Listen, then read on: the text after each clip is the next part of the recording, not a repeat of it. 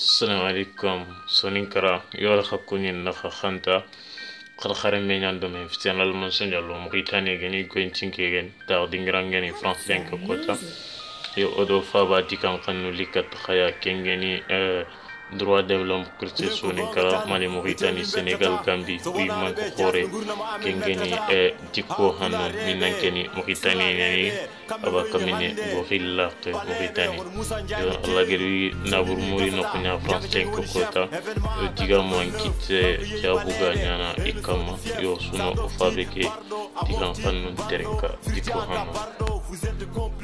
Assalamu alaikum. Oui, soirée dans commentaire du mot dans audio mot. Que jamu kubeni ko kebe tongani Mauritania.com. Keti nanti Mauritania inangiri sigi ini hakku mo. Inangiri ina révolte ina révolution de bero jamanu kusu gedi révolution de bero mo be gedu kita yo antinanti tu es prêt à aller sur le terrain avec moi. Le problème n'est pas le problème de Boisumari, c'est que Pankana fait Pankana Gananga au moins il y a des manifestations qui peuvent venir de Paris. Ça c'est sur le terrain. Sur le terrain en fait Mauritanie pas. Manifestation qui de Paris. Bon, Tangal. Manifestation qui de Belgique, Suisse, États-Unis, contre voilà, donc en Gandhi invité Nanti on a regardé Europe on a d'agayanka jamane no oga kalon kara oga duré non duré à ce moment on peut en discuter mais malheureusement je fais Fangana donc je pense que andi digamu nyakota parce que en ramula na digamu animateur nyananga je comprends je vous comprends mais gamula na kebe précision dans Boisumari angeli frangal la ko mogobe angeli révolution mo la ko mogobe angeli kubam mugu mogobe kuma mfetinanti kuma ngimba misoro ngumana non. Il y a des nuances. Il y a un discours. Pour décortiquer un discours, il faut prendre en compte les nuances. Comment en fait nanti na kuma ngutu po ndo Boisumari kana kampa non kuma ngimba ngana gani nagana kuma nyanma est-ce que kuma ke tata so an na buruku kundu non donc boy je pense que anani wojoni terenkana pareil terenkati butte ani terenkati harpide e anasime kama siri katanga tinantangi jabi soni ngenya keni soni kamukana nya an fotu soni kan kaneke ngante fo famu no ngante famu Allah tan digamu tourner mo ko su dambe nke ngante famu ngalan tin digamu tourner mo ko dambe so angana trinke siri ngante famu donc an kenger fofu angana gajange mugo hagiri shigi kana ka hakku mu hagiri shigi kana révolté into France révolution sorongi manifestation de Kota Sud France a beaucoup de révolution angeli révolution mugo nokushu c'est que soronya mbugu igidam fi hakku kama kubeni igidam fi hakku kama igel semben ko kubeni ha igidam fi hakku kama iga tinanti ariga kala fesu iga do kebre mo fanxe aga feti nanti ni Mauritanie territoire qui bando qui fanxe ça ne concerne pas Mauritanie territoire qui bando ça concerne tous les Mauritaniens anga ketinyana mosu. C'est un combat qui demande de la diplomatie pour ceux qui sont à l'extérieur, mais aussi de la révolution intérieure, ceux qui subissent au quotidien.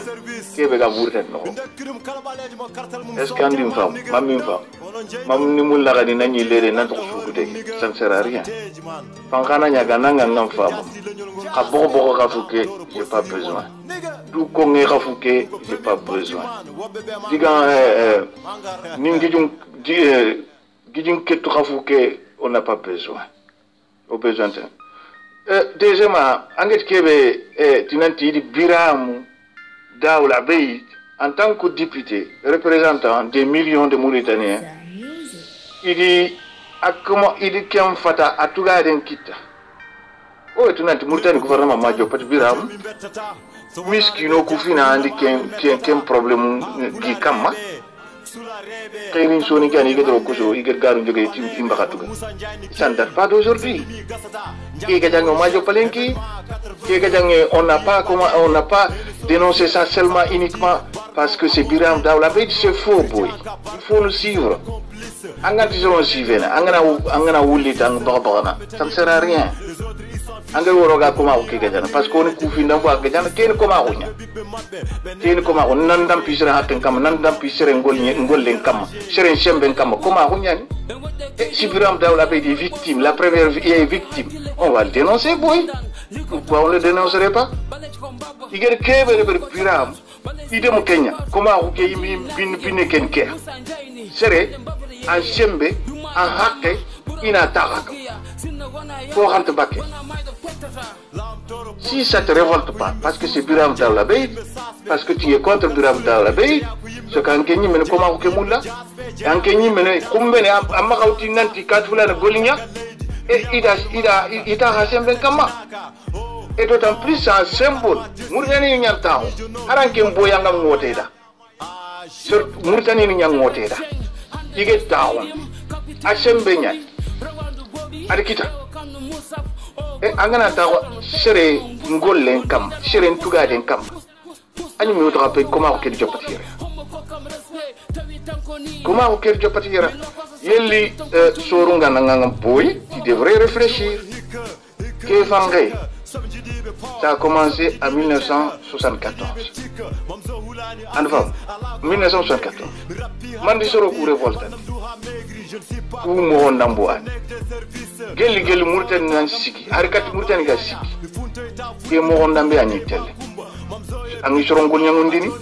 Anti Tugana. Sorongo Anti Kinei. Et Sorongi Gajana Kembate. Biram Daoula Bey Denkaga Koshoke. Ani Koshoke Kenya Bate. Et ake nyime igana fata atuga den kita boya mawta ko nangatin bermanda o ko chefentken Biram Serbania. Non, Serbania, je suis désolé, il a été élu.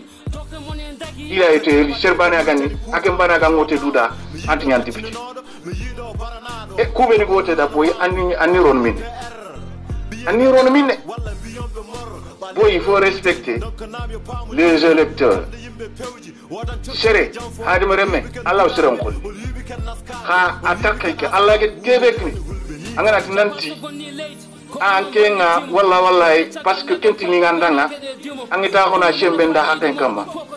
Boya, Angamta Sang Duron Kachu. Yonkatanja Bidikia. Militant Gandanga, Sere Gandanga Pankene. Sere Gandanga Pankene. Gandani Jopanti, Kebegan Karake. Manifestation in the very free Muri Antipak. And for them, they would have been free Muri Antipak. Réunion de conférence in the very partout dans le monde entier. Et en Gangana Tinanti, en Suron Jabin Wojoninga, Onandaga Ante, Ondaga Fakre Ante, Ondaga Gumomutu, Doke, Murtani Bana Ante. Non, Murtani Bana. Détrompez-vous. Fakre Kebe, Oga Devani Fon Fale. Kenyi Mam Bunonti Hari Kebe Gafono. Parce qu'au côté Soro Koubeni Gafono, il faut qu'il fasse des efforts. Il faut qu'il n'engrie ta requête. France, c'est parce que Francinco, ils ont consenti des sacrifices. Ils se sont levés contre les rois. Ils ont fait les révolutions.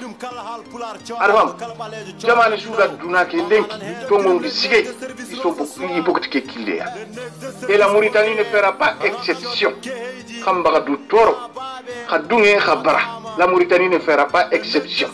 Pour ton information aussi, guma kebe ki kam doke Mauritanie no ke territoire ke no ken guma bana na wa kam c'est sûr oga jama fal anke la ke tunu parce que ante ka jange ke no anga ni ka jange ke no anyi me wala c'est vrai que anyi me famu anyi me wala anyi me famu bawo ni harana visa ban kita nan daga siga anyu ko khasonga wa anyagari khasonga iballa an fam anga na daga ma Mauritanie na mbaga ni territoire kia. Donc ça ne sert à rien. Bon, boy, s'il vous plaît, faut arrêter ça. Ça, c'est du sérieux. Ce n'est pas Biram Daoulabed qu'on a privé son salaire seulement. Non. C'est tous les Mauritaniens qu'on a voulu passer à travers ce message que le gouvernement Béganonga, qui n'ont rien à foutre, Mauritanie. Il est Moukouani Kenya. Il y a multi-démocratie, il y a multi-partisme, il y a multi-musulman, il y a multi-dina, il y a multi-fogo. Si vous dites quoi, il Kenya. La révolution.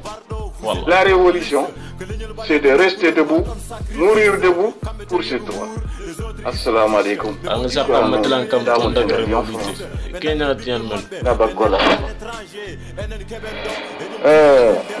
Boy Soumare, Naïl de Katana. Boy Soumare, malheureusement, Hakundanga, Djambantaro, Anya métier, Kadinya métier, Hansimana, Hademere Moussou, Djambantonia. Non. Alors que c'est pas vrai. C'est pas vrai. C'est pas vrai. Anganati Serendanga, Grisigi, Anambira Sembenga, Anna Haken Kita. Tiens fait nanti na sere njamba wallahi sere kebe ga soro njamba na kenne khasowa khamba ga girsigi khamba ga fode bari haga tora kebe kama haga tora kebe no khana ndunge tay yo ke diskura na soro njamba ke diskura na kama ga ure ndo kamusu kha ni soro ku njamba na ko ti soro non on ti tinanti soro nangiri katufonga e ya ke gife antege jukku nan karati haqqen batte kenga hadimare meso ara kaw kello na yin kollan no wallahi way igana ta haqqen kamma boy sumare annan kaw fankena haranga nyonki ke toka no nga pour kina haqqen kinanga arafa kim kite kun yo ga kudiga mwacho kati ko sere soro wadanga soro kubeni militani ngeni soro kubeni objectif gimaga fanken gimaga boy suma ranguru bak murtana ngari bure France c'est parce que soro nyankara anke nga nema nga no nga lenki c'est vrai que hak mourier anake fam boy suare Mauritanie andi Biram Daoula Beidi tugaden kine Biram Sigia aro koso ide halki ide arsele ide golubransu nyangay ati akenga soron hakke tangande ani Kenya golle tamma soron Mauritanie igi kumani hakkenga igi fatani hakkon kita itike koma ko kilenya afankeni idanga yo Kenya si ko falle igedi nya député inshallah Mauritanie ngi saxé igedi nya député aji manya député hyper manya député boy sumare manya député Mauritanie ni su kubeni ko wote da kunya nya député donc igana akama fata atugade kita koma ko nyimeti jopati nonya koma undi jopati ker nangolnya nanta kan semben kamba nanta kan hakke kamba koma ko ndi jopati ker yo haade mareme oganati nanti girsigi annan karda hakke batte kefeti nanti odan jamba puisque jambanta ko nyana ga yimu no jambanta ko nyana ga golle Kenya sigi fofo dambe khani jamba e nyangala no sero wostre ganati nanti girsigi anna hakke muru hakundanga oni soro jambanande inda karande inda kundoande no akwet nanti anke hakke ngamata dunasu hakkungi ma akwet nanti wul Abdelaziz danke hakke mbana anke boy sumare adanke hakke kinanga Mauritanie ne zu hakkungi ma non anna simedo kubeni igi kori hakkun kita parce que tore nyanta ki kama parce que sorburu nyando tore ke iga mudafa ko de berni iga soron hakkum bonodini iga soron jikku kutuno okay jikke kutie mushrika ko nya mushrika ko munafiqa ko manya hare reme anga gajange anna lo gajange ke fanke murtan territoire mbana fe ke fanke ala wanyana boy sumare anga nokube yimme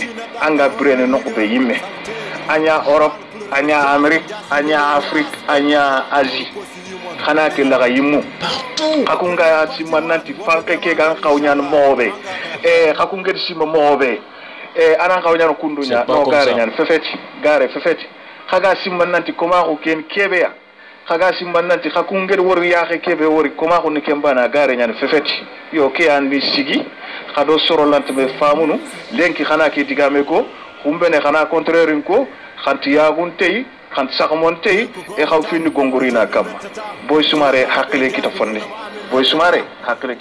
mare me boy sumare me nyange ngaari anda hakile kita fonne alfati nanti fulunti wana ko ranwi fof medde fo qurante su feti sukuru anga gobana kunda Allah ken ko yo ndankuni sumare assalamu alaikum diko non Lyon France yo kani akhini osudi generali olonati droit de l'homme soninkara kebe wi soninkalo mundanga yakhonga osuda digan khanu mugu conseil bega katte boy sumare yana message kete hakle ambagat butte onati bravo général kasuso gata droit de l'homme frese yo ka abren keo okay